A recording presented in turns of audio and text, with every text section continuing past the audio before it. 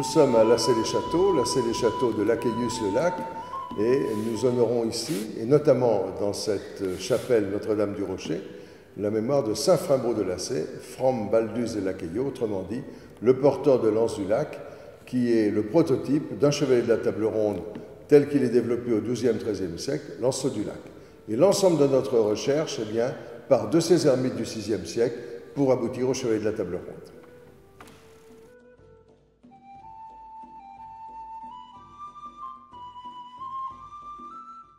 René Bansard était un érudit local qui habitait à La Ferté-Macé dans l'Orne, tout près d'ici, donc à une vingtaine de kilomètres.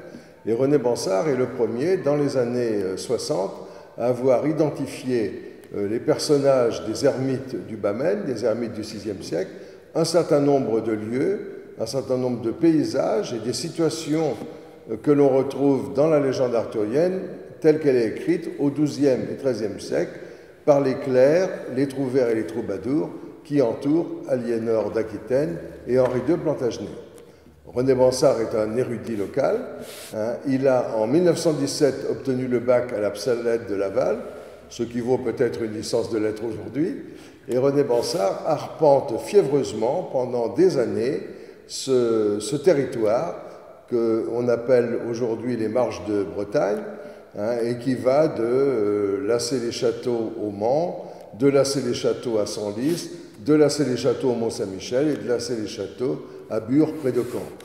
Dans tous ces travaux, dans toutes ces pérégrinations, eh bien, il ne fait qu'accentuer cette intime conviction qu'il se forge peu à peu. Les terroirs où nous habitons, avec Lassay-les-Châteaux au centre, eh bien, sont bien les lieux où s'est élaborée une partie de la matière de Bretagne telle qu'elle nous est délivrée par les romans des XIIe et XIIIe siècles, Chrétien III et ses successeurs. En effet, dans les années 60, à l'époque où René Bansard commence son travail, recense un certain nombre de parallélismes, de convergences dans cette région qui est une région de banc, c'est-à-dire de marge. Il trouve d'ailleurs qu'un des rois qui sont les plus importants dans les romans à table ronde, puisque c'est le propre père de l'Anse du Lac, Ban de Banoïc, eh bien, a vécu tout près d'ici, à Banvou. Au moins tel qu'on nous le raconte dans les romans du XIIe et XIIIe siècle. Il s'agit bien entendu de créations littéraires. Les réalités historiques sont beaucoup plus ténues, mais elles s'ancrent quand même sur des réalités historiques.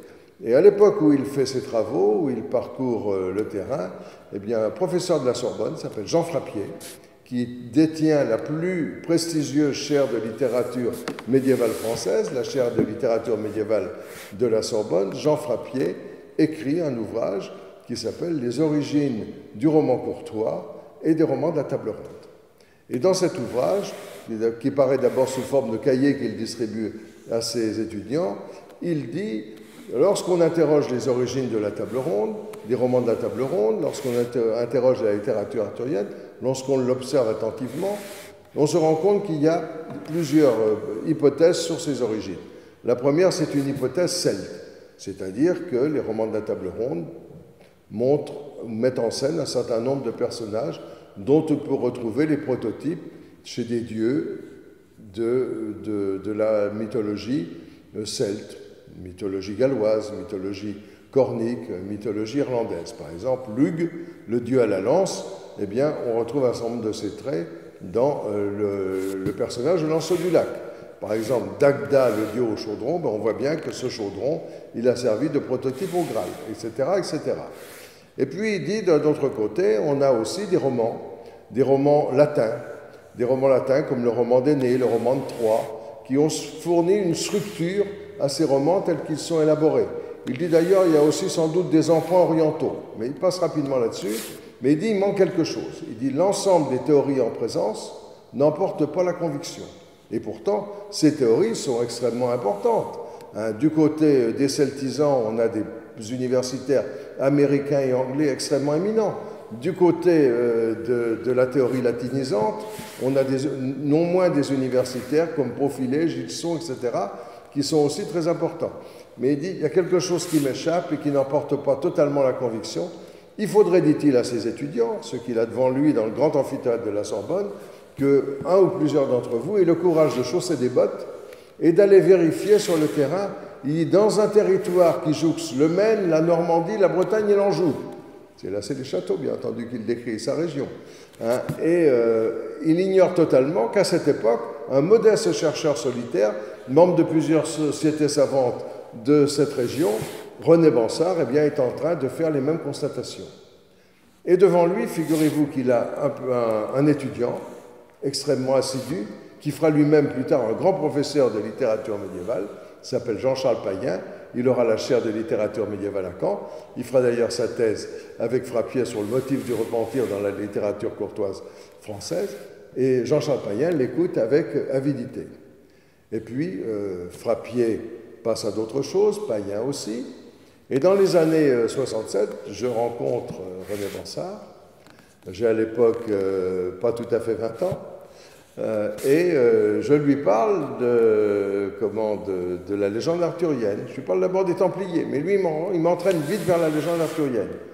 Hein, et je suis le premier à le mettre en contact avec Jean-Charles Payen. Et Jean-Charles Payen, un jour, me téléphone, il me dit, mais écoute, ce Bansard que vous m'avez fait rencontrer, il est allé le voir à Caen, et de Solec, c'est extraordinaire, il en connaît plus que moi sur certaines choses. Il a appris tout seul le haut-allemand, il parle le latin, le grec, le vieux français et tout ça, d'une façon extraordinaire. Qu'est-ce que c'est que ce monsieur? Je dis, c'est quelqu'un qui a une nouvelle piste à inventorier. Mais Bansard, toujours à cette époque-là, n'est pas encore au courant des travaux de Frappier. Moi, je pars en coopération en Algérie, et puis je continue à travailler. Je vais tous les 15 jours à la bibliothèque universitaire d'Alger, où on a récupéré d'ailleurs tous ceux de la bibliothèque universitaire du temps des Français, et je continue à travailler sur la matière de Bretagne. Et j'écris un jour à Bansard, ben voilà, il y a un nommé Frappier à la Sorbonne qui dit exactement la même chose que vous. Il ne part pas des mêmes bases, il parle d'une analyse scientifique, et vous partez du terrain. Et Bansard me répond, vous ne pouvez pas savoir le plaisir que vous me faites. Et toute notre aventure est partie de là.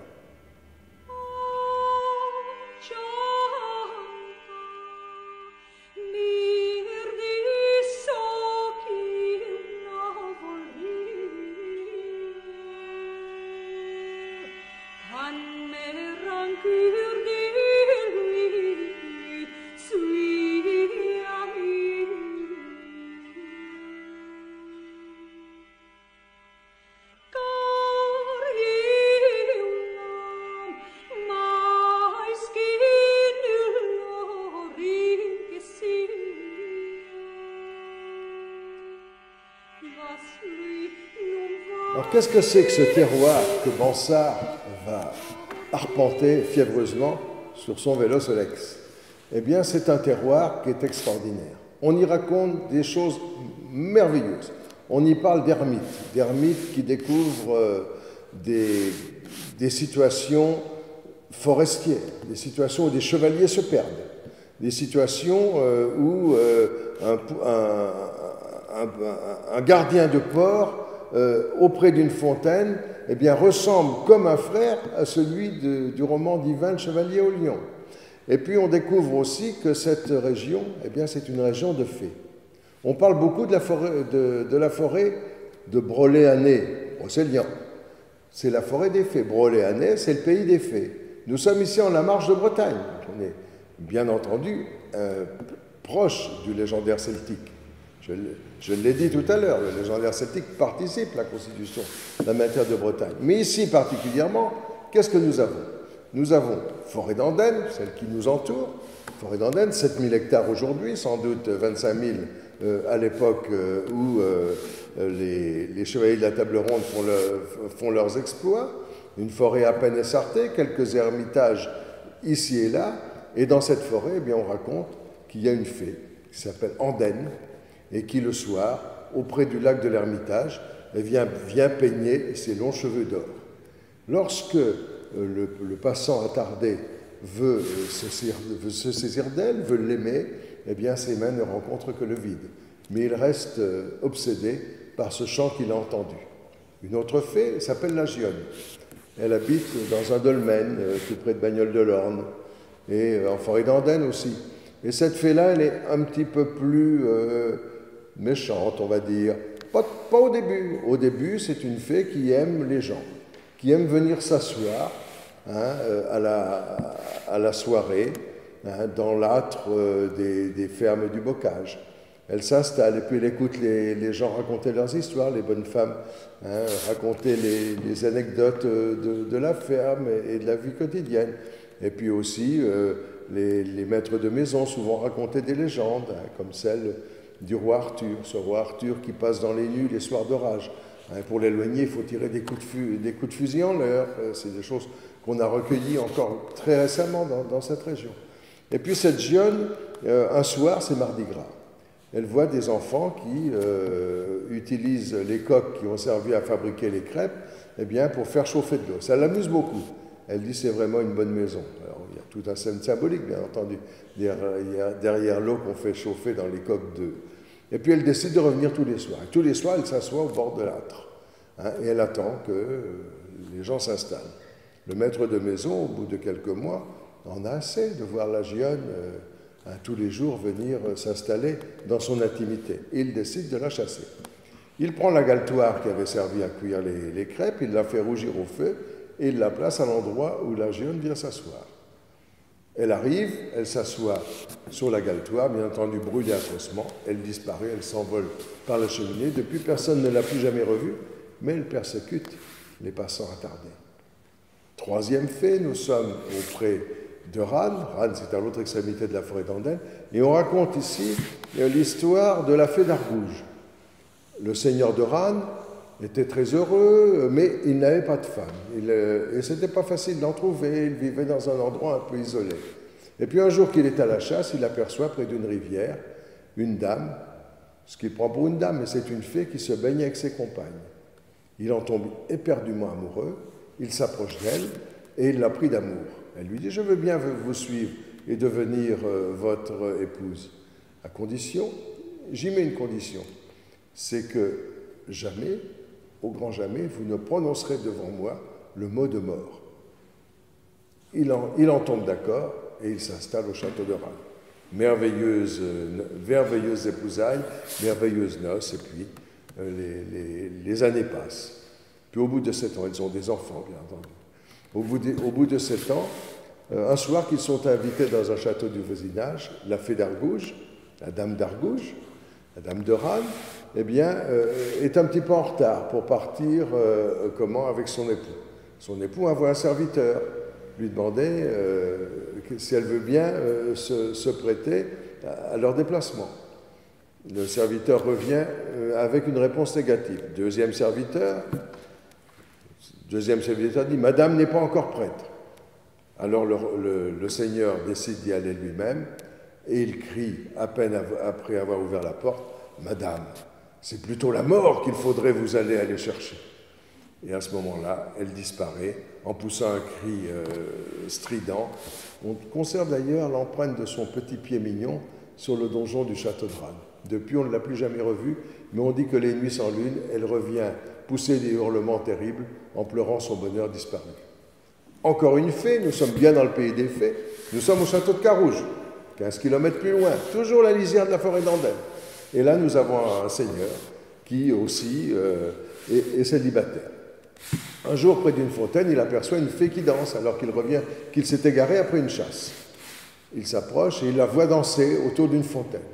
Et il rentre dans la danse avec elle, il ne peut s'en départir, et toute la nuit, ils dansent ensemble. Et il regagne son château, épuisé au petit jour. Et tous les soirs, il revient danser avec la fée auprès de la fontaine.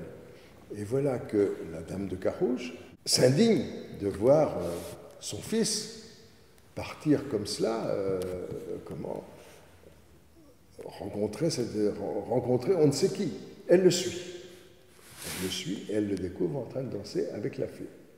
Alors, pour mettre fin à l'enchantement, elle prend un petit poignard qu'elle portait toujours sur elle, elle s'approche de la fée et elle plonge le poignard dans le sein de la fée. Le Seigneur s'en va, mais quand la dame de Carouge revient au château, elle voit le corps de son fils qui flotte entre deux eaux. Il a dans le sein le poignard qu'elle vient de plonger dans celui de la fée. Depuis, les seigneurs de Carouge portent au front une marque rouge, et c'est pour ça qu'on appelle le lieu Carouge du nom Carle le Rouge. Donc vous voyez bien que nous sommes en pleine forêt de Brocéliande. les faits sont présents. On y montre aussi le tombeau de Merlin, pas le tombeau de Merlin, le tombeau de Baudémagu, le roi de Gore, un tombeau mérovingien. On y montre des ermites qui ont fourni leur légende aux chevaliers de la table ronde, puis on y montre aussi de somptueux paysages.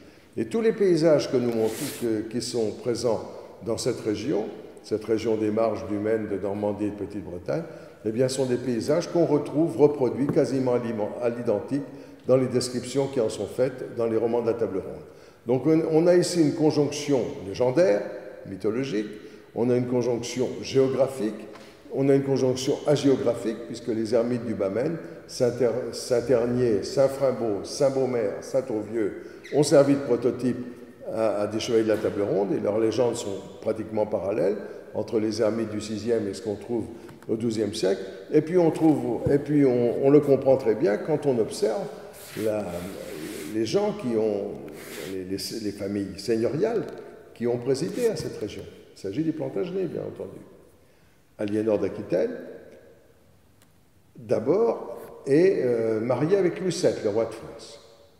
Et figurez-vous que peu avant leur départ en croisade, elle va organiser à Senlis, première capitale des rois de France, une immense fête en l'honneur de Saint Frambourg, qu'on appelle ici Saint Frimbault de Lacé, dont le corps a été transporté en 947 par Adélaïde, la femme du Capet, jusqu'à Senlis, et c'est devant lui que d'ailleurs le Capet sera acclamé roi des Francs par ses pairs.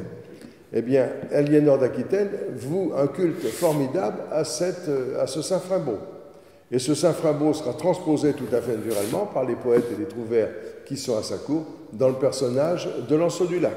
Mais on pourrait citer bien d'autres exemples. Baudémagu, le roi de Gore, c'est Saint-Beaumer, Beau Amadus, un autre ermite du Bas-Maine dont on trouve la légende également aux portes de Domfront. Pourquoi? Parce que, habitant à Domfront, cité d'Henri Ier Beauclerc, qui en avait fait sa capitale de cœur, y venant souvent les souverains plantagenets, Henri II et Aliénor. Aliénor, à ce moment-là, est avec son second époux, Henri II Plantagenet, auquel elle a porté l'Aquitaine, et ils gouvernent ensemble un royaume qui va de l'Écosse aux Pyrénées, eh bien, sont pratiquement au centre de leurs États. Et étant au centre de leurs États au château de Domfront, ils y accueillent les trouvères, les troubadours, puisque Aliénor tient une cour occitane, une cour d'amour. Et dans cette cour, eh bien, on raconte les légendes des ermites du coin, on raconte les histoires de fées, on raconte les histoires de la forêt de Brocéliande, qui, à mon avis, s'en va de Bellem jusqu'à Vannes, c'est vraiment toute la marge de Bretagne qui est la forêt de Brocéliande.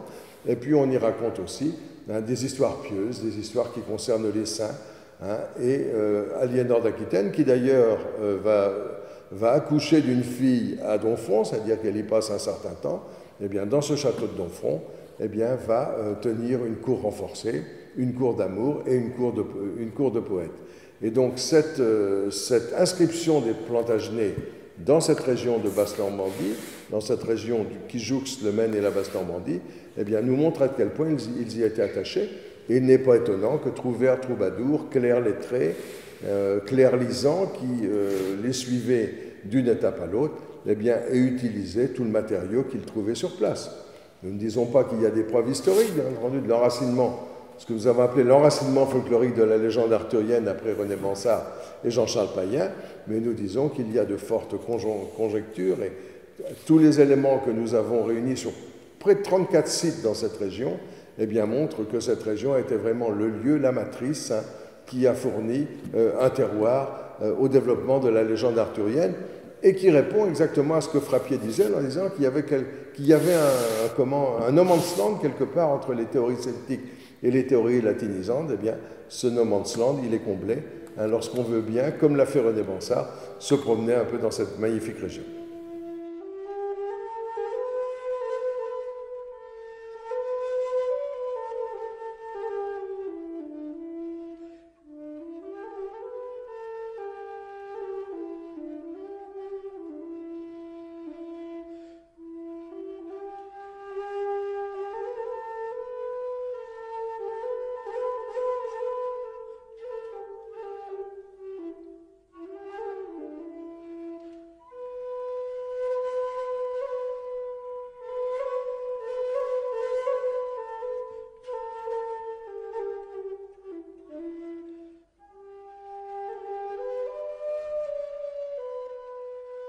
Alors, la région où nous sommes s'appelle le passé, P-A-2-S-A-I-S, du latin passus, le passage. Et c'est véritablement un lieu de transition. Et c'est un lieu de transition pour plusieurs motifs.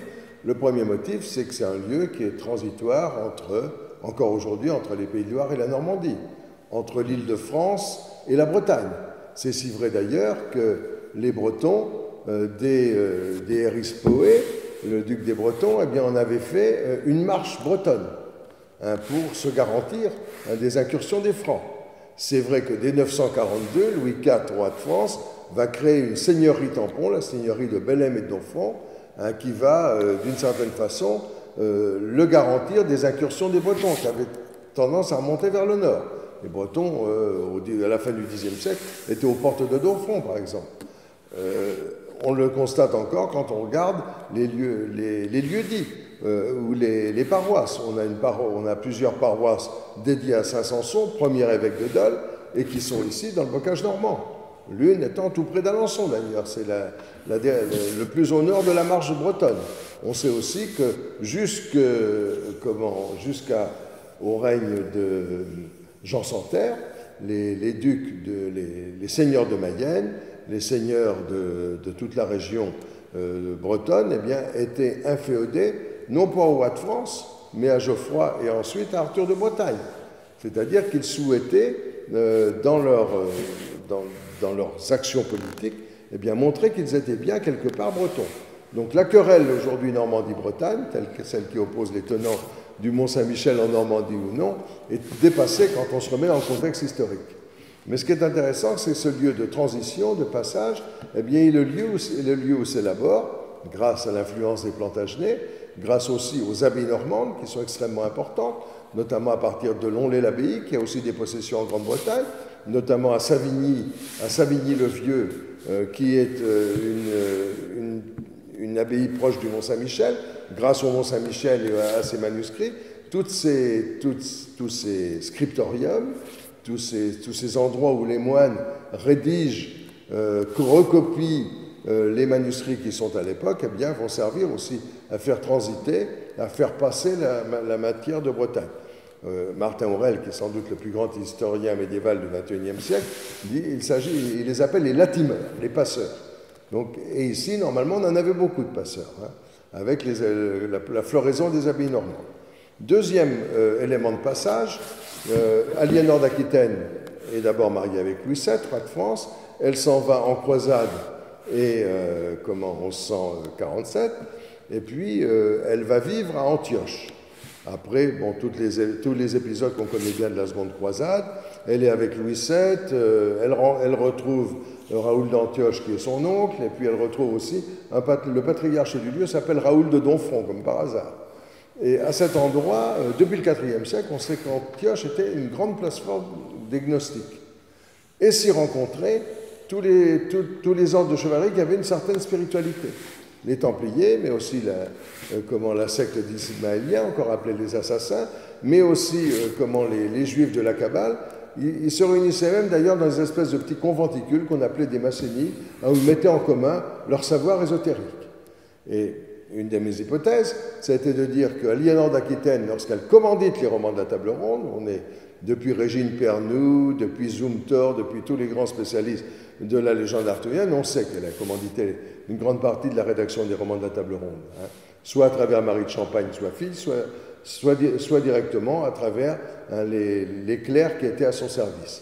Et je pense qu'elle a fait transiter dans la matière de Bretagne, eh bien, ce savoir, qui était un savoir de réconciliation, au fond, entre les trois religions du livre, ces paroles secrètes que Jésus confie à Joseph d'Arimathie quand il est prisonnier des Juifs pendant 42 ans et qu'il se nourrit simplement du sang du Saint Graal, ces paroles secrètes, en fait, définissent un savoir ésotérique qui transcende, bien entendu, les religions, qui transcende les différences, qui est le centre de l'union, déjà, à cette époque-là.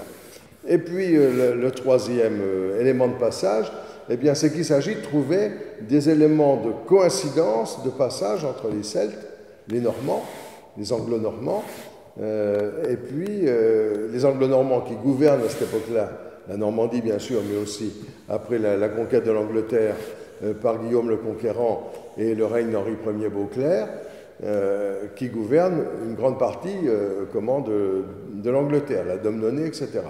Et récupérer l'image d'Arthur par Henri II Plantagenet, c'est d'une certaine façon dire aux Celtes qu'ils se réclament de leur celtitude, qu'il est avec eux quelque part un héritier de cette celtitude. Et il va magnifier et encourager la magnificence, en quelque sorte, du roi Arthur et ses chevaliers à travers les romans qui seront conçus à sa cour. Donc on a des raisons qui sont des raisons de type hagiographique, des raisons de type politique, des raisons de type ésotérique, et qui concourent à faire que le roman arthurien, les romans de la table ronde, eh bien, vont être un gigantesque melting pot. D'autant plus que les croisades ont permis des échanges très fréquents, encore un autre thème du passage, entre les spiritualités iraniennes, soufis, qui transitent à la fois par la Sicile des Normands et puis par Al-Andalus, Séville et Cordoue, et qui vont ici, dans les romans de la table ronde, se retrouver confondus. Les romans de la table ronde, ça a été établi notamment par un de nos collaborateurs, qui s'appelle Michael Barry, dans un article célèbre qui s'appelle La table ronde et les mille et une nuits, un de nos premiers ouvrages, et il montre très bien comment qu'il y a interpénétration de tous ces thèmes. Donc les romans de table ronde, c'est vraiment un lieu de passage, c'est vraiment un lieu de métissage, c'est au fond une des premières pratiques transculturelles de notre histoire.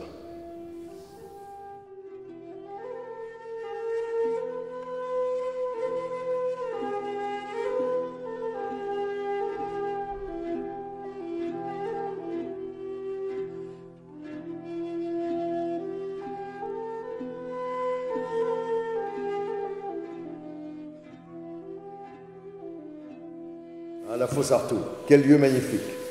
Cette barre rocheuse qui entoure la vallée de la Sonse, au milieu de laquelle coule la Sonse, entre deux rochers, entre deux barres de rochers plus exactement, eh bien, est le lieu aussi d'une extraordinaire légende qui concerne, mais alors directement le roi Arthur. Qu'est-ce qu'on nous raconte à cet endroit? Le roi Arthur, lassé des batailles et de la vie des camps, décide, après toutes ces aventures, eh bien, de se retirer dans un lieu secret et mystérieux. Il passe la Manche et il s'en vient ici, en Normandie. Peut-être a-t-il passé la Manche pas très loin du Mont-Saint-Michel, puisque nous sommes pratiquement, on est sur les hauteurs qui dominent la fosse Arthur à vue du Mont-Saint-Michel. Et alors, à cet endroit-là, eh bien, il décide de se reposer. Il se trouve une chambre, on la montre aujourd'hui, la chambre du roi, dans le rocher. Et puis, très vite, il fait venir, dans certaines versions, c'est une jeune ermite qui l'aurait séduite. Dans d'autres versions, c'est la reine Guenièvre elle-même, et à laquelle il assigne de l'autre côté du ruisseau, eh bien, la chambre de la reine. Et puis, il décide, parce qu'il s'aime, de se retrouver tous les jours sur ce qu'on appelle, qui est au milieu du torrent, une belle pierre plate qu'on appelle le lit des amants. Et le génie qui gouverne le ruisseau leur dit, attention, ne vous livrez pas à vos ébats avant le coucher du soleil, vous en seriez fort châtiés. Pendant des mois, des semaines, des années, ils vivent ensemble le parfait amour. Le roi descend tous les soirs de sa chambre, la reine Guenièvre arrive de la sienne et ils se retrouvent sur le lit des amants, se nourrissant de l'air du temps, d'amour et d'eau fraîche. Et puis un jour que le roi Arthur est peut-être plus pressé que d'autres, ou peut-être a-t-il mal fait ses pronostics, il se retrouve avant le coucher du soleil. Aussitôt, le torrent, la petite rivière qui coule à cet endroit se change en torrent qui gonfle, l'eau mugit, et les voilà tous les deux emportés dans un gouffre qui est juste à côté, et ils tombent dans le lac sans fond. Ils ont fait l'expérimentation du Val sans retour. Le Val sans retour, c'est bien là qu'il se situe, dont ils ne reviendront jamais, puisque personne ne les a jamais revus. Certaines légendes disent que, Rex Arturus, Rex Futurus, il reviendra le jour où la fraternité régnera sur la terre, où les Bretons reprendront leur essor en tant que nation conquérante. Mais enfin, tout ça, c'est des légendes. Toujours est-il qu'on a affaire à cet endroit, la fosse Arthur, eh bien, à une véritable légende solaire. D'un côté, nous avons la chambre du roi, la chambre de la reine, gouvernée par Saint-Georges, puisque nous sommes sur la paroisse de Saint-Georges de Rouellé, et on montre à l'entrée du bourg de Saint-Georges eh bien, une figure de Saint-Georges terrassant le dragon. C'est-à-dire que nous avons véritablement, comme dans la constellation du dragon, un dragon qui gouverne un principe mâle et un principe féminin. Et ce qui est extraordinaire, c'est que les archéologues qui ont travaillé sur Gizeh, la grande pyramide de Gizeh, eh bien, retrouvent exactement la même chose. La constellation du dragon qui donne l'orientation, et puis la chambre du roi et la chambre de la reine à côté. C'est-à-dire qu'on aurait ici, à la fosse Arthur, une espèce de projection astronomique. On disait astrologique à l'époque parce que les choses n'étaient pas bien distinguées. Une conjonction astrologique et astronomique eh bien, de quelque chose qui se passe dans le ciel. Et c'est à l'origine de tous les mythes d'ailleurs. Les mythes s'ancrent toujours eh bien, sur des phénomènes sidéraux, des phénomènes interstellaires, des phénomènes astronomiques ou des phénomènes naturels. Et donc, que nous enseigne ce mythe de la fosse Arthur en dehors du roi Arthur, auquel on a quand même donné le nom de cet endroit? Eh bien, c'est que comment tout mythe commence dans les étoiles.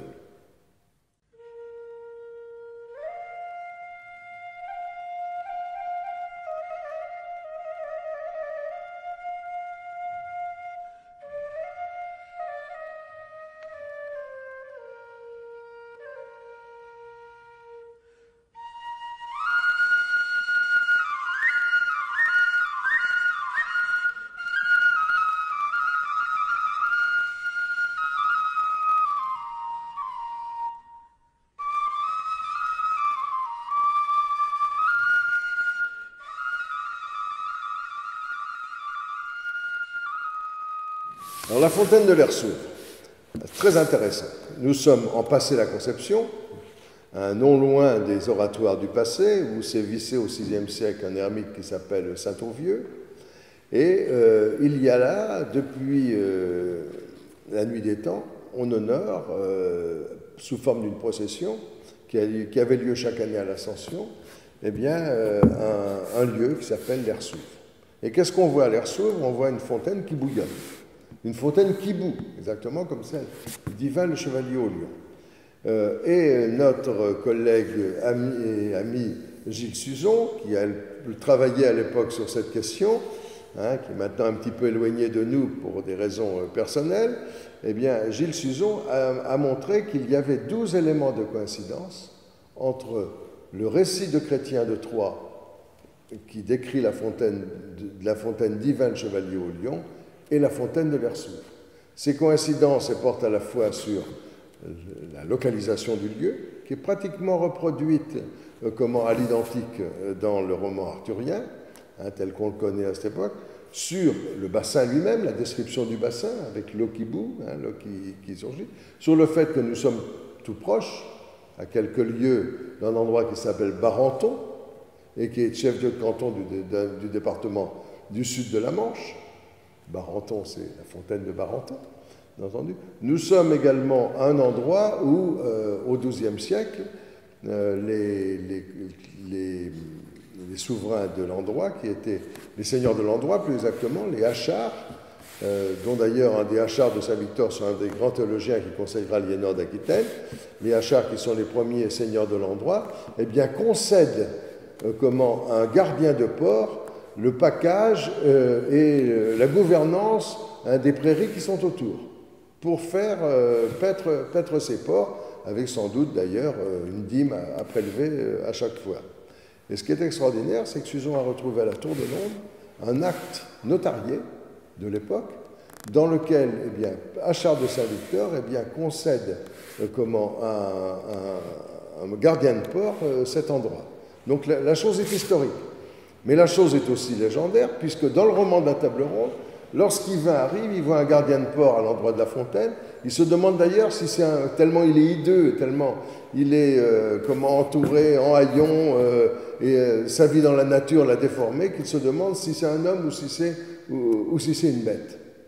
Et donc on a dans cette description de la fontaine de Barenton, de ceux qui y sont, de son propriétaire, et puis des miracles qui s'y produisent, eh bien, exactement la description du roman divin Le Chevalier au Lion. Donc, c'est-à-dire que nous sommes là, eh bien, dans une contamination par les paysages du passé, par les situations du passé, eh bien, du roman arthurien. Le dernier indice qu'on peut observer à la fontaine de Barenton, et que Gilles Suzon a bien mis en évidence, après avoir consulté des archéobotanistes, c'est que le texte divin décrit un sapin, un Bies pectinata, un sapin pectiné qui est au-dessus de la fontaine. On en trouve encore d'ailleurs d'une souche aujourd'hui quand on va sur place. Et lorsqu'il interroge les gens des eaux et forêts, qui conservent aussi la mémoire, bien entendu, de l'enracinement et de l'histoire botanique de nos forêts, eh bien, lui disent, il est absolument évident que la Bies pectinata, le sapin pectiné, ne peut être qu'à cet endroit ou en Basse-Normandie, puisqu'à l'époque, il n'existe pas dans la forêt de Paimpont qui la réclame par ailleurs.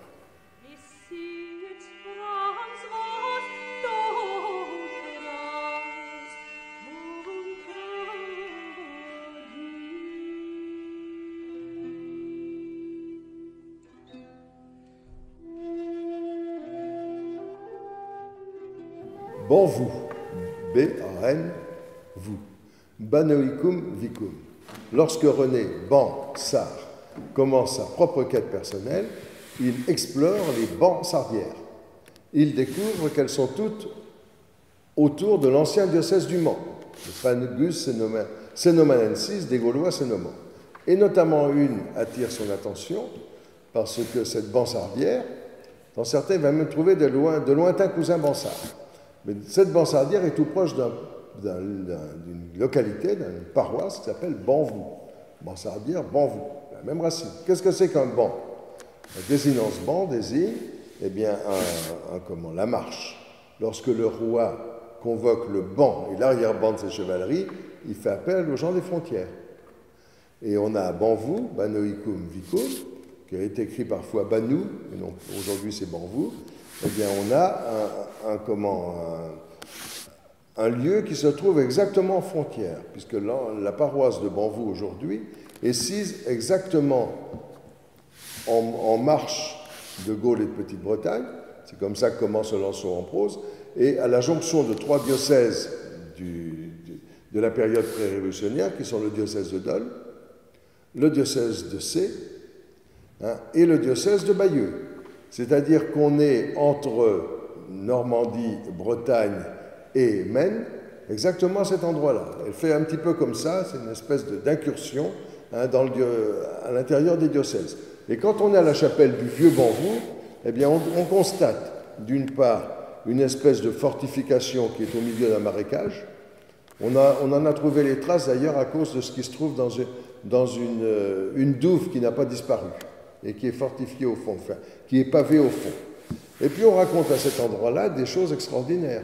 On raconte qu'au Moyen-Âge, mais également depuis, eh bien, les gens viennent en procession à la fontaine de Banvou pour réclamer l'eau les années de sécheresse. Moi, je l'ai encore vu dans les années 76, en 1976, la grande année de la sécheresse. On raconte aussi que Saint-Ternier, qu'on honore à cet endroit-là, eh bien, un jour qu'il se promène dans la campagne, rencontre deux garnements, c'est-à-dire un mythe du XVIe, comme Frimbault et les autres. Et puis, les enfants lui serrent vigoureusement la main, et comme ils sont un petit peu moqueurs vis-à-vis de lui, il leur abandonne tout benoîtement son bras entre les mains, et il continue son chemin. Les enfants sont embêtés, qu'est-ce que je vais faire de ce bras d'un saint personnage, ils ne vont pas le ramener à la maison, ils le jettent dans un buisson. Et depuis, le buisson a toujours fleuri par une aubépine en hiver.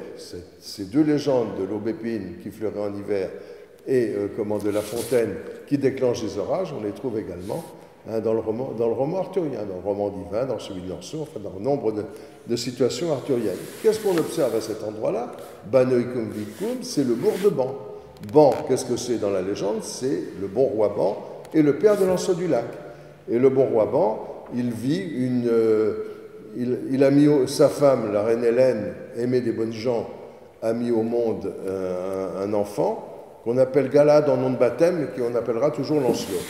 Et cet enfant, eh bien, ils vivent des jours heureux. Et puis Claudas de la Déserte les guette, parce que Claudas de la Déserte, il est dans un certain nombre de lieux qu'on appelle encore aujourd'hui les déserts, dans cette région, hein, et il voudrait bien s'emparer des terres de Bande Banoïque. Mais comment faire? Le château est un château ici au sein d'un marécage. Et pour y accéder, il faut avoir le secret de la chaussée qui serpente à travers le marécage. Et bien entendu, il y aura un traître qui livrera comment le secret de la chaussée. Claudas investit avec sa troupe Banoïcum Vicum, le bourg de Ban, le château de Ban. Ils mettent le feu partout. Et Ban de Banoïc, Hélène, portant le jeune Lancelot, n'ont qu'une issue, et bien s'enfuir. Ils s'enfuient. Ils montent sur une montagne qui n'est pas très loin d'ici, à la Ferrière aux Étangs, le Mont Brûlé. Et du Mont Brûlé, eh bien, ils voient brûler leur château. Le roi Ban défaille de douleur. Il tombe de cheval. La reine Hélène ne sait que faire. Elle a son nourrisson, le bébé Lancelot, sur les bras. Elle le pose à côté du lac, juste au pied du Mont Brûlé. Et puis, elle va secourir son mari. Mais pendant que son mari rend les derniers soupirs entre ses bras, voilà qu'une fée surgit du lac, la fée Viviane. Elle prend le bébé, le cajole, lui chante d'une voix très douce, et quand Hélène revient, elle aperçoit cette fée qui s'occupe de son enfant. Elle veut le reprendre, mais Viviane saute au milieu du lac et elle va élever Lancelot dans un palais subaquatique, un palais merveilleux, où il vivra jusqu'à son adolescence. Hélène, la reine aux grandes douleurs, n'a qu'une ressource, c'est de se retirer dans l'abbaye blanche, l'abbaye où avec sa belle-sœur, la femme de Bohort de Gane, qui vivaient juste à côté, eh bien, elles se répondront en dévotion et en douleur jusqu'à la fin de leur existence. Et cette abbaye, nous la connaissons bien, c'est l'abbaye Blanche-Mortain. L'abbaye qui était une abbaye de blanches nonnes.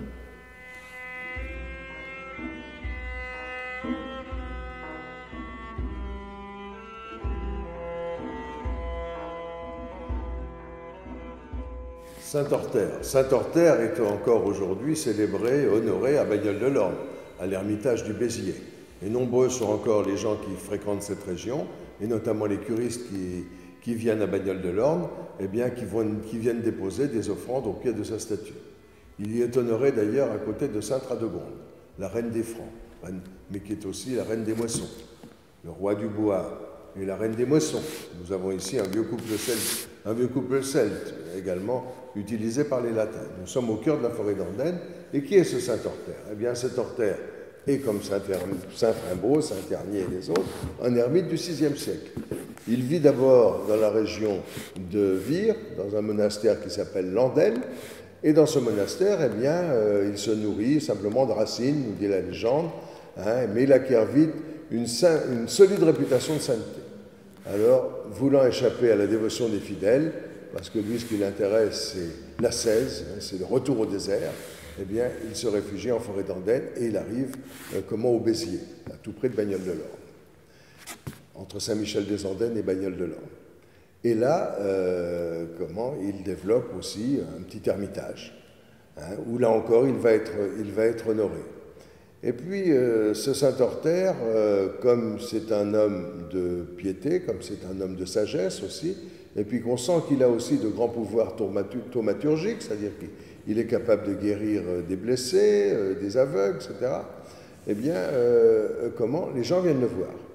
Ils lui disent, les gens de la région de Bagnols-de-l'Orne, Bagnols-de-l'Orne, il y a un défilé rocheux, hein, et avec, encore aujourd'hui, on peut le voir, c'est l'endroit où se trouve l'établissement thermal. Et les gens lui disent, Saint-Orther, il faut que vous veniez à notre aide. Figurez-vous qu'il y a un dragon qui vit là quelque part, hein, dans la vallée de la Vée, et qui tous les jours, tous les ans, par don, eh bien, nous demande notre tribut d'animaux, de veaux, de vaches grasses, etc., des présents pour nous laisser en paix. Mais cette année, c'est la disette. Nous n'avons plus rien, c'est la famine. Nous ne pouvons même plus nourrir nos enfants. Et savez-vous ce qu'il nous a demandé? Il nous demande de lui livrer nos 12 plus belles jeunes filles. Nous n'avons quand même pas livré nos jeunes filles. Pouvez-vous nous sortir de ce mauvais pas? Saint Ortère, n'écoutant que sa foi et son courage, s'arme de sa croix pastorale, s'arme du chapelet qu'il porte à la ceinture et s'avance dans le défilé de Navet à la rencontre du dragon. Et d'un seul signe de croix, il le pétrifie. On le voit encore d'ailleurs, c'est ce qu'on appelle le rocochien, Bagnole de l'Ordre. On voit cette tête monstrueuse là qui est en train de regarder la vallée. Et il rentre dans son ermitage. Alors il y a des ressemblances très fortes entre Ortère et Arthur, d'abord par la racine, Erte, qui signifie le rite, donc qui renvoie au sacré, et puis par le fait aussi qu'on a exactement le même épisode dans la légende arthurienne, puisque Arthur va défaire un dragon à la bataille de Turn Unwilling, exactement dans les mêmes circonstances. Alors comment cet ermite du VIe siècle comment a pu influer aussi sur la rédaction de certains récits arthuriens, ben c'est tout le mystère qui nous occupe.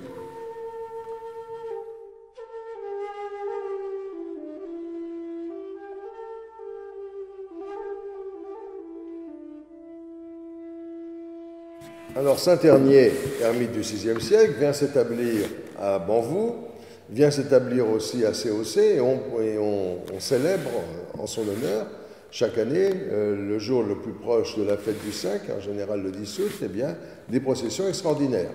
À Banvou, on descend depuis le village actuel, qui est sur le carrefour de 4 voies romaines, jusqu'à la chapelle du Vieux Banvou. Et puis à COC, eh bien, on organisait des processions extraordinaires, puisque c'était à l'époque de Pentecôte. Le lundi de Pentecôte, la procession faisait 17 km et 42 km le mardi de Pentecôte. Et on cernait un mont qui s'appelle le mont Margantin, qui était réputé pour être maléfique, puisque c'était le mont où se réunissaient les sorciers du bocage. Donc Saint-Ternier est un moine du VIe siècle, comme Ortère, comme Frimbault, et puis il a des parallélismes très étonnants avec Léonce de Payerne. Léonce d'Epagus Cernéé, Léonce du pays d'Hernier, eh bien, il est aussi il est dans la légende de la table ronde, assigné au même endroit, puisqu'il se trouve à Banvou, à la cour de Ban-Banoïc, et les légendes des deux personnages, Saint-Ternier et Léonce de Payerne, eh bien, coïncident exactement dans leur relation au roi Ban-Banoïc, à l'endroit même, à tel point d'ailleurs que, en l'honneur de Saint-Ternier, mais peut-être aussi de ce chevalier Léonce de Payerne qui gouvernait les terres du roi Ban, eh bien, très vite, à partir du XIIIe siècle, eh bien, s'établit à Banvou même une confrérie d'archers qui existe encore aujourd'hui, qui tirait ses arcs du bois d'If que l'on peut trouver sur le terrain, tout près de la petite chapelle de Saint-Ternier, et qui va livrer un certain nombre de compétitions. Il y a donc là, entre l'héroïsme et la sainteté, encore une fois, une concomitance tout à fait étonnante.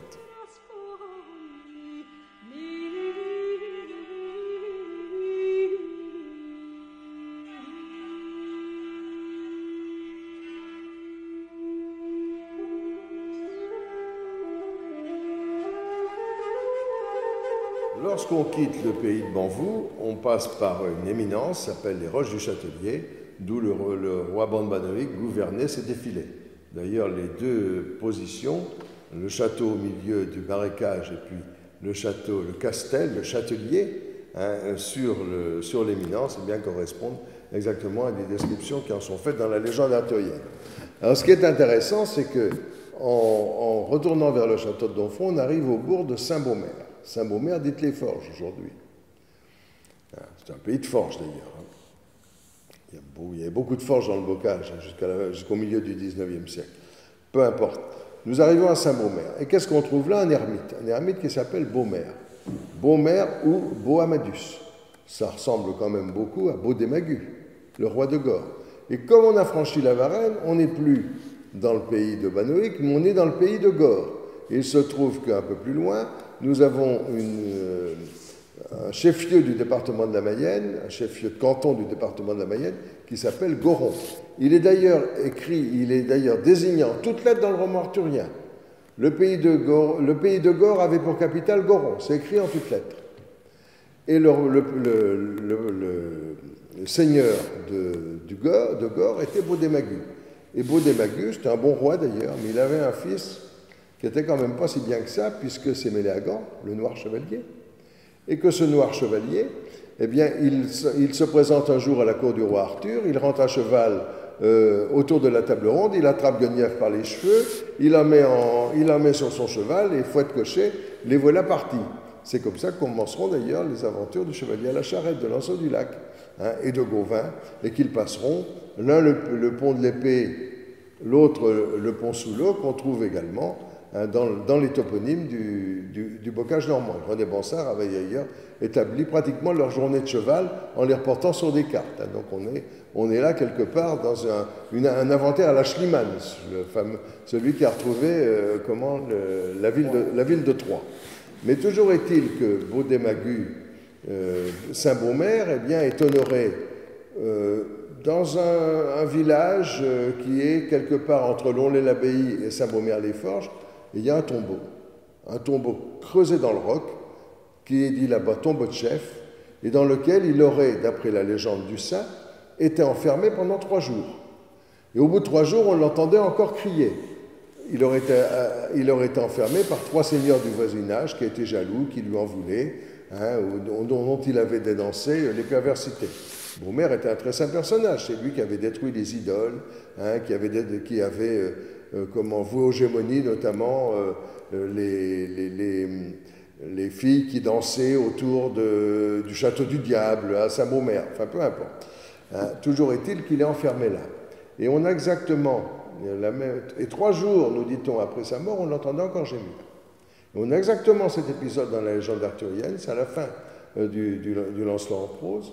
Gauvin, qui est allé dans une abbaye au sein d'une forêt longue et lie, et nous avons l'abbaye de Lonlay l'abbaye, qui est tout près, revient vers la cour du roi Arthur, donc il est obligé de passer par une voie qui était autrefois une voie romaine, et il entend un seigneur qui a été là et qui pleure encore 3 jours après sa mort.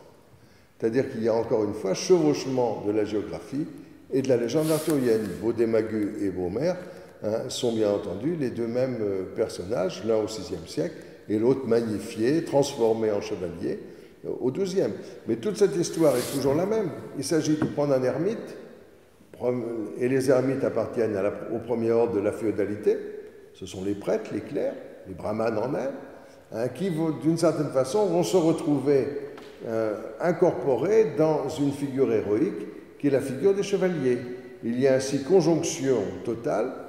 C'est vrai pour Orther, c'est vrai pour Frimbault, c'est vrai pour Beaumaire, c'est vrai pour Hernier, c'est vrai pour Hernier-Londoparien. Il y a conjonction entre les 2 premières figures de toute société féodale, qui sont les clercs et les chevaliers, au détriment, bien entendu, de ceux qui grattent la glèbe profonde et qui n'avaient à l'époque pas d'autre option que d'obéir et que de se conformer aux ordres qui leur étaient donnés et de fournir les 2 grands ordres en nourriture et en plaisir de toutes sortes.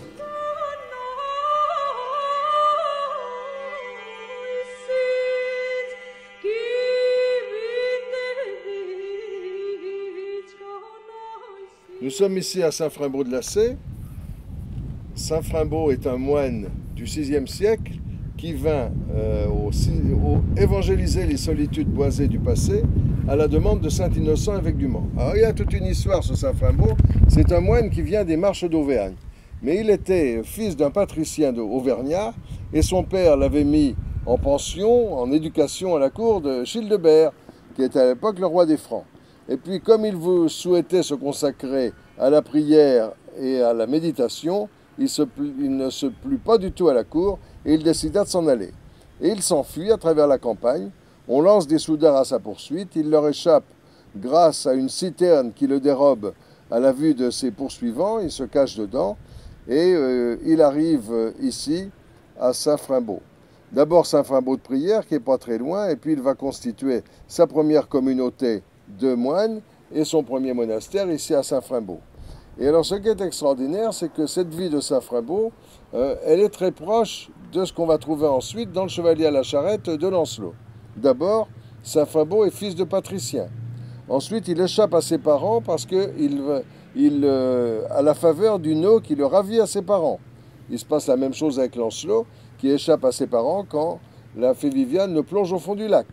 Ensuite, Lancelot vint ici et il est, à la fin de sa vie, propriétaire du château de la Joyeuse Garde, qu'on peut assimiler au château de Lacé. Il y avait, avant le château du 15e actuel, un château du 12e siècle.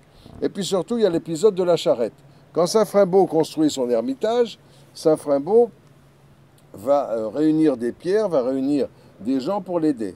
Mais il manque de pierres, il manque de main-d'œuvre, il manque surtout de compagnons.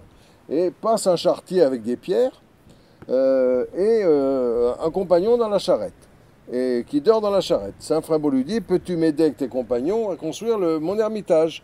Et l'autre lui dit: c'est pas possible parce que le compagnon qui est là est mort. Ce qui était bien entendu un mensonge. Il continue son chemin et il se retourne et le compagnon est vraiment mort. Alors, il revient vers Saint-Frimbault et Saint-Frimbault ressuscite le compagnon et ils vont l'aider à construire son ermitage. Et on trouve comment cette idée d'une charrette d'infamie, d'une charrette qui consacre la mort sociale de Lancelot du Lac, dans le roman Le Chevalier de la Charrette. Charrette d'infamie religieuse, charrette d'infamie sociale, c'est toujours le même thème, qui renvoie d'ailleurs au thème de l'Ankou, la charrette de la mort, chez les Bretons. À la fin de sa vie, Saint-Frimbault s'en va dans un ermitage isolé, et au lieu dit la Bunache, près de COC, eh bien, il met le pied dans une rente, un genre de trace qui l'emmène vers l'église, et il entend la voix de sa mère qui l'appelle. Et Lancelot, de la même façon, entendra la voix de sa mère qui l'appelle. Alors, ce qui est extraordinaire, c'est que les deux personnages, Frambaldus de Laqueios, qui signifie le lancier du lac, le porteur de lance du lac, et Lancelot du lac, ont des scénarios de vie, des scénarios absolument identiques. Et qu'on voit bien que l'un a servi à l'autre. Mais là n'est pas tout. Lorsque René Bansard arrive ici, eh bien, il découvre à l'église Saint-Frimbault de Lacé, et donc il a déjà été alerté par cette similitude entre les deux personnages, il découvre une église du XIIe siècle qui a été construite notamment en utilisant des pierres tombales. Il se renseigne, on lui dit qu'elles proviennent d'un cimetière de moines mérovingiens qui était là quelque part où se trouve la départementale. Il y en a 12 dans le mur de l'église. Il les inventorie, 11 portent la croix pâtée, celle qu'on trouvera sur les étendards de Jérusalem des chevaliers du Temple. Il y en a une 12e, et ça, c'est vraiment extraordinaire. Et cette 12e va le conforter dans cette hypothèse qu'il avait formulée et que pour certains tenaient pour hasardeuse, de l'identification d'un héros du XIIe siècle à un ermite du VIe siècle. Et nous allons nous déplacer. Je vais vous la montrer. Elle existe encore aujourd'hui. C'est une preuve archéologique absolument indiscutable. La 12e pierre tombale de réemploi dans l'église de Saint-Frimbault de Lacé, autrement dit dans l'église de Saint-le-Porte-Lance de Lac, eh bien, elle porte deux signes, un calice et un trèfle. Nous savons tous que Lancelot du Lac est le valet de trèfle des jeux de cartes, et nous savons que les chevaliers de la table ronde, Lancelot bien sûr, mais il n'y ira pas jusqu'au bout, mais son fils Galahad, eh bien, se sont consacrés à la demande du roi Arthur, à la quête du Saint Graal. Donc nous avons ici dans l'église Saint-Frimbault de Lacé une dalle qui est attribuée à Saint-Frimbault, on dit que c'est la salle mortuaire de Saint-Frimbault, et qui reproduit les deux thèmes majeurs de toute notre investigation, de l'investigation commencée par René Bansard dans les années 60, à savoir d'une part le Graal et d'autre part Lancelot du Lac. Et ce qui est extraordinaire, c'est que cet obscur du Bamène, ça aurait pu en rester là, bien entendu, mais va attirer très vite l'intérêt des dynasties régnantes. En 942, Adélaïde, la femme du Capet, fait venir à Senlis, première capitale des rois de France, les os de Saint-Frimbault conservés ici, et c'est devant le tombeau magnifique qui va être construit sous la chapelle royale de Senlis, aujourd'hui temple de la musique. C'est devant ce tombeau que Hugues sera acclamé roi des Francs par ses pairs. C'est également là, en 1147, que Aliénor d'Aquitaine, encore reine de France, eh bien, va consacrer des fêtes extraordinaires à Senlis, à Saint-Frimbault.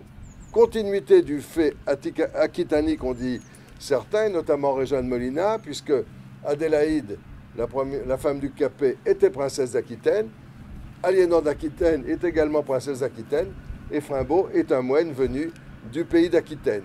Et il semblerait que, grâce notamment à l'aide de Gerbert d'Aurillac, Sylvestre II, le premier pape de l'an 1000, eh bien, Adélaïde va entretenir et encourager le culte de Saint-Frimbault jusqu'à toutes les marches de l'Europe.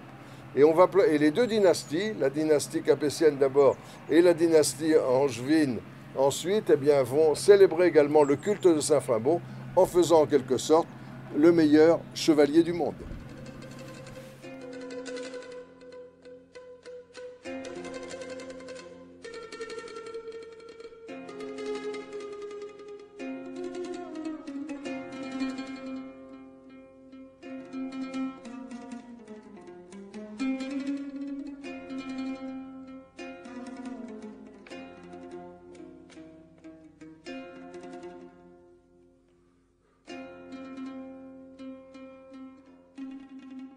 Le Saint Graal, voilà l'objet de toutes nos attentions, l'objet de notre quête aussi, qui ne sera jamais achevée. Le Saint Graal est très présent dans notre problématique. Il est d'abord présent parce que, à Mortain, en la collégiale Saint-Évroult, eh bien, on montre un objet irlandais du 8e siècle, le chrismal, hein, qui, compte tenu de la présence d'un poète arthurien, Béroul, à Mortain, mais du fait aussi que Robert de Mortain, le demi-frère du conquérant, était également comte de Mortain et qu'il y a forcément un lien entre les relations entre les Plantagenets et puis Mortain, montre que cet objet a pu influencer la rédaction des écrits du Graal. Et également très intéressant, le fait que si on part du sud du département de la Mayenne, de Sainte-Suzanne, et qu'on remonte vers Lacé, vers Saint-Frimbault, on voit à Saint-Frimbault d'ailleurs un Graal, eh bien, si on remonte, on trouve eh bien, une présence tout à fait extraordinaire de Joseph d'Arimathie, le premier détenteur du Graal. Alors, qui est Joseph d'Arimathie? Joseph d'Arimathie est le disciple du Christ qui a recueilli le sang du Christ sur la croix, dans un calice qu'on appelle le Graal, hein, le Saint Graal, hein, et il l'a recueilli d'ailleurs en pressant la plaie du côté. Hein. C'est décrit très précisément dans le roman de Robert de Boron ou dans les romans postérieurs à la quête du Graal de Chrétien. Chrétien n'en parle pas. Et puis ensuite, il va avoir, après bien des péripéties, il est mis en prison par les Juifs, il va être 42 ans en prison en se nourrissant uniquement du Graal, parce que le Christ lui rend visite, et quand le Christ lui rend visite, il professe des paroles mystérieuses. Certains y voient l'origine de l'ésotérisme chrétien. Il y a des choses, des paroles mystérieuses, des paroles secrètes. C'est en toutes lettres dans le texte. Et puis ensuite, quand il sort de prison, sur l'intervention de l'empereur Vespasien, parce que le fils de Vespasien avait été guéri par Véronique, celle du Saint-Suaire, il décide, il vient voir Pilate et puis il décide de libérer ce disciple du Christ qui est encore en prison. Je simplifie l'histoire, hein. Un peu plus compliqué que ça d'ailleurs. Et ensuite, eh bien, il va voyager, venir avec les saintes femmes jusqu'en Occident. Première étape, c'est les Saintes Maries de la Mer, vous connaissez bien. Il y a 3 saintes femmes avec lui. Hein. Il y a Marie de Salomé, Marie de Magdala et Marie l'Égyptienne. Toutes les 3 sont les porteuses du Graal avec lui. Et puis, dans certaines versions, Sainte Marie-Madeleine reste dans la Sainte-Baume avec le Graal. Dans d'autres versions, ils continuent leur chemin.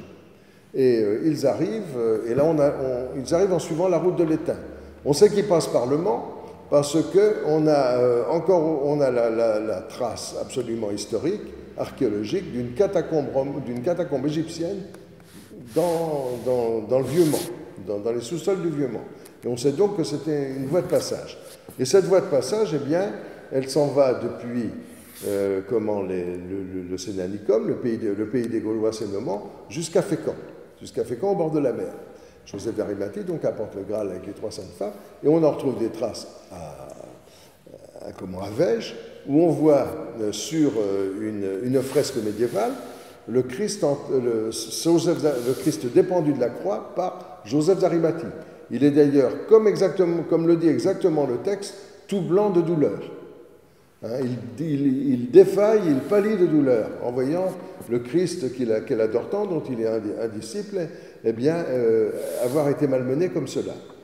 Et puis ensuite, on s'arrête à Montsûrs, et à Montsûrs, eh bien, c'est un site gallo-romain, aujourd'hui surmonté d'une église, et dans cette église qui s'appelle la paroisse des Trois Maries, on ne peut pas l'inventer, eh bien, on trouve une représentation beaucoup plus récente, mais des Trois Maries avec la représentation du Graal. Et ensuite, eh bien, quand on suit le cheminement supposé du Saint Graal vers Glastonbury, vers l'Angleterre, eh bien, on passe aussi à Saint-Frambot-de-Lacey. On a une représentation du Graal à Saint-Frambot-de-Lacey, on le verra. Et puis, d'autre part, on arrive à Fécamp. Et à Fécamp, on a une abbatiale, l'abbatiale de la Sainte Trinité, et encore aujourd'hui, on montre une ampoule qui conserve le sang du Christ. Ensuite, ils prennent la mer, sur la nef de Salomon, et ils abordent en Angleterre, et ensuite, le Saint Graal va être amené par Joseph d'Arimathie. Dans certaines versions, c'est par Joséphée, son successeur, eh bien, jusqu'à l'île d'Avalon, haut lieu celtique où il serait déjà venu avec le Christ avant, pour recueillir l'enseignement secret des druides. Est-ce que c'est ça, les paroles secrètes que Jésus, dans sa prison, va dire à Joseph d'Arimathie? Tout cela est bien entendu très mêlé. On voit très bien les influences celtiques qui s'exercent encore à cet endroit-là, bien que ce soit un récit cistercien dans la légende arthurienne.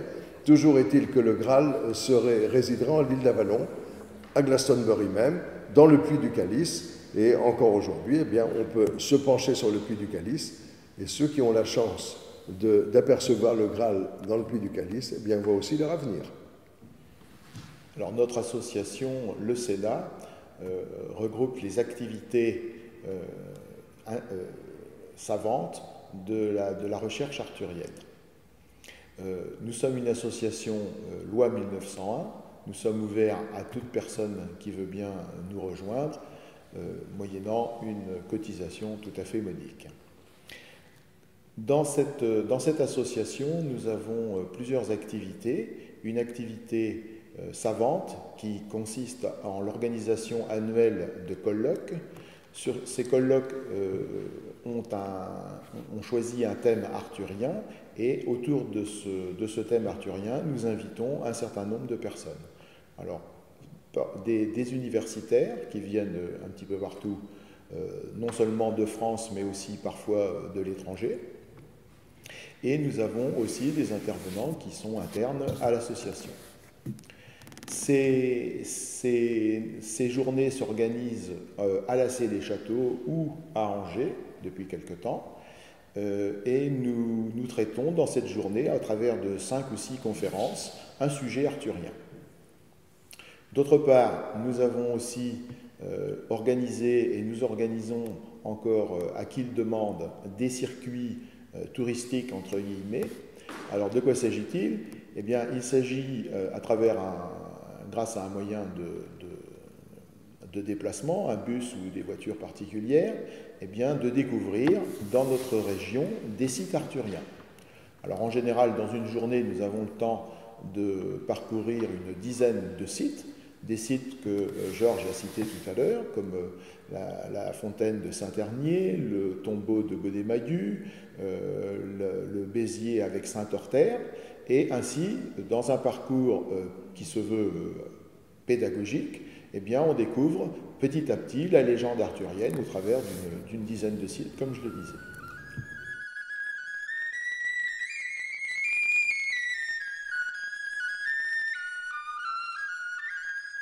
Bon, tout d'abord, je suis ravi de vous accueillir ici dans l'ancienne chapelle du château de Lassay. Donc c'est un honneur d'accueillir le Sénat sur les terres de Lassay-les-Châteaux. Donc, un honneur parce que d'une part les représentations de l'association Sénat sont des gens remarquables par leur gentillesse, leur connaissance aussi, et leur volonté de partager le savoir sur leurs compétences. Et le savoir sur le territoire de Lassay et la compétence en ce qui concerne la légende arthurienne, c'est quelque chose qui nous tient particulièrement à cœur. En dehors des sites que le Sénat et l'ensemble des travaux ont pu mettre en évidence, ça permet une commune comme Lassay-les-Châteaux, une commune dans un milieu rural, un peu éloigné de tout et à la fois proche de tout, d'avoir un sujet très porteur qu'est cette légende arthurienne, parce que l'on soit petit, jeune, moins jeune, on est toujours intéressé par cette légende, par ce que représentait la chevalerie. Donc on intéresse toutes les populations. Et effectivement, donc pour une commune comme Lassay-les-Châteaux, de 2500 habitants, avec un noyau aussi très jeune, puisqu'on a des écoles, on a un collège, voilà, c'est un sujet que l'on peut porter, que l'on peut mener. Et je remercie vraiment sincèrement l'équipe du Sénat pour les travaux effectués ici à Lassay et la mise en avant de notre commune qui en émerge. Voilà.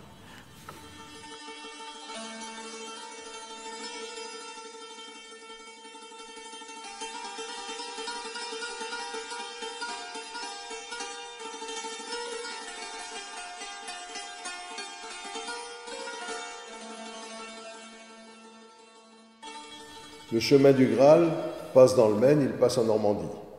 Le chemin du Graal, c'est le chemin que nous empruntons depuis plus de 50 ans maintenant, à la suite de René Bansat et de Jean-Charles Payen, pour essayer de mettre en relation des situations géographiques locales, du folklore locaux, des paysages, des monuments, des sculptures, de l'archéologie aussi, avec les romans arthuriens tels qu'ils se sont été rédigés au XIIe et XIIIe siècle. Il y a bien entendu un grand écart entre la réalité vécue au VIe siècle par les ermites du Bas-Maine et ceux qui, comme le roi Arthur, vivent à leur époque, et puis la façon dont ils sont magnifiés, amplifiés dans les romans arthuriens au XIIe, XIIIe siècle. Nous sommes ici dans la composition de récits légendaires et de récits romanesques. De la même façon que le grand Maulne d'Alain Fournier emprunte beaucoup de choses à la réalité des paysages qu'il a connus, eh bien, les romanciers arthuriens ont utilisé la matière qu'ils trouvaient sur place. Ce que nous avons montré, eh bien, c'est que les Plantagenets y ont exercé un très grand rôle, que l'Église catholique, l'Église romaine, avec les cisterciens, y a également joué un grand rôle, et que, au-delà de leur rôle, eh bien, des éléments celtiques, mais aussi des éléments romains, mais aussi des éléments islamiques, byzantins, des éléments nordiques, des éléments germaniques, eh bien, tout cela converge dans cette mystérieuse et exaltante cuisine qui se forme pour composer les romans du Saint Graal, les romans des chevaliers de la Table Ronde.